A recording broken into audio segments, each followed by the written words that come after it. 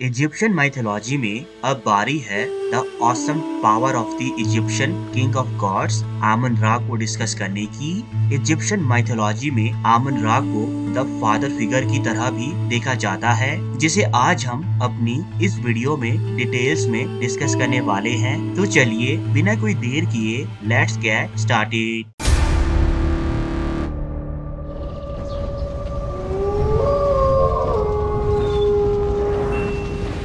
Ancient Egyptian culture में आमन ra को king of the God's माना जाता था।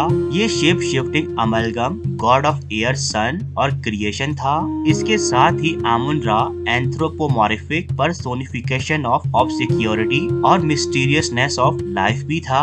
1400 एंशिएंट इजिप्शियंस गॉड्स में से एक आमन ra प्रोवर्बियल पिरामिड के टॉप पर रिसाइड करता था।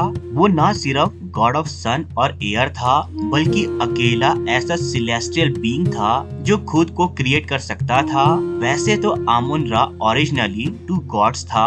आमन यानी the primordial creator of universe और ra the god of the sun and light. इन दोनों के कॉम्बिनेशन से बना आमन ra, जो बना the king of the gods. Amun ra को nationally a deity of great power to the ancient Egyptians की तरह देखा जाता है, जो कि इतना ज्यादा प्रिवेलेंट था कि एंशिएंट हिस्टोरियंस ने उसके कारण अर्ली इजिप्शियन के सिस्टम को मोनोथेस्टिक मान लिया। During the middle kingdom period in दोनों डेटीज के फ्यूजन से थेबिस में आमुन के कल्ट डेवलप हुए।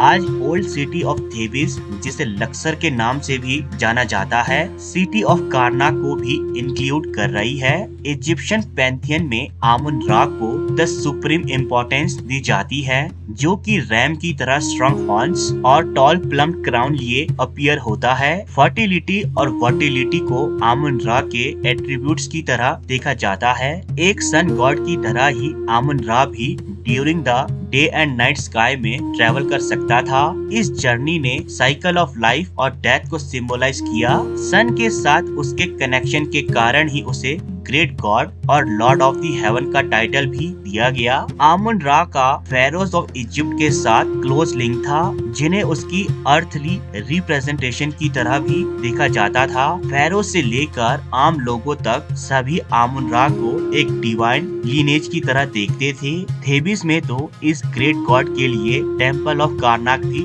डेडिकेटेड है। Depending on the specific era and artistic style, Aman ra को एंशिएंट इजिप्ट आर्ट में डिफरेंट फॉर्म्स में दिखाया गया है। इन ancient Egypt the artistic representation of these deities varied during the New Kingdom period in ancient Egypt around 1550 BCE to 1070 BCE. The rule of Amun Ra reached to its peak. इस period ने significant expansion of Egypt की territory, military strength और wealth को माना।